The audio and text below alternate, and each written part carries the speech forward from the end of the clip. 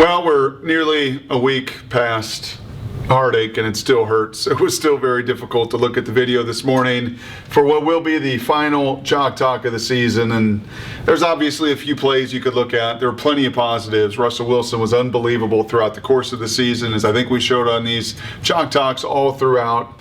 But ultimately, this game came down to the final two plays that Atlanta, with 25 seconds to go, gets the ball back at their own 28. And they've got to execute 2 to 3 plays to get in field goal range to ultimately come back and win that game versus the Seahawks. And as we know, they did just that. And I don't think there's any, as I reflect on this, I just don't think there's any bigger play than the first down play after the kickoff at the minus 28-yard line. I can't tell you how many games I've done in college football. And there's, at this point, maybe half a dozen, maybe 10 over the last 6 years where a team is in the position Atlanta's in, and they get the ball back, and they have to have a drive to win that game. And this first down play, the first play of that drive, is so critical. In fact, it's why I was shocked that Peyton Manning took a knee and didn't even try at least one play.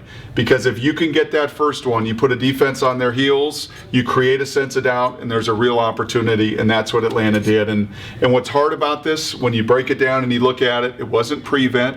It wasn't a lack of creativity. It wasn't some unique stuff that Atlanta did or Seattle didn't respond to. Like many of these plays, it's about execution in the end. So let's break this down and piece by piece take a look at it. First of all, Seattle comes out in a look that Pete Carroll told us on Monday was a look they really liked. A disguised look. It's going to be a secondary blitz. You're going to see Winston Guy in the game.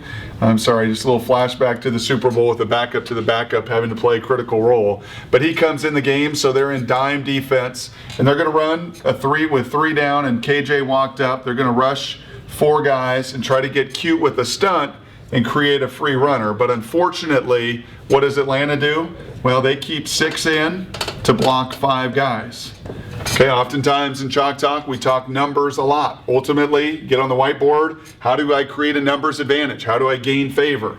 The Seahawks rush 5 defenders. Atlanta has 6. So when they loop a little bit and try to create some pressure, well, Atlanta is stout. Jaquiz Rogers, he's a monster as a blocker, and we saw that on the last play where he stones Marcus Trufant in the backfield as well. So their 6 easily picks up your 5. Well, now what? Now what's it supposed to be? Now it's supposed to be your 6 defenders against their receivers. They're what? 1, 2, 3, ultimately 4 receivers. You got 6 guys left in coverage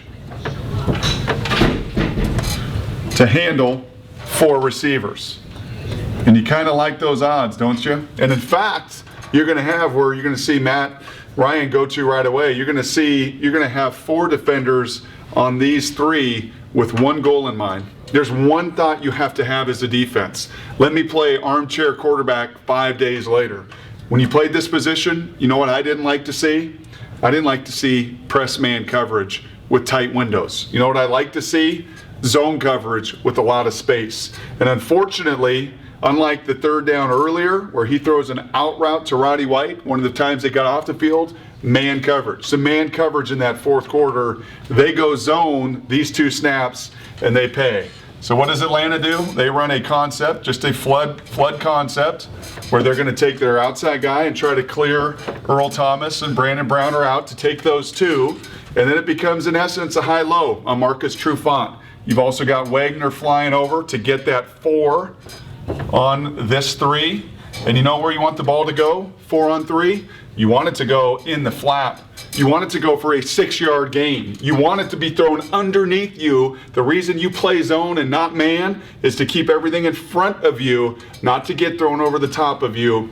And unfortunately, Gonzalez, the factor he is, does a nice job. They stem that route very well, so he gets right behind the corner route. He breaks it off to the flat.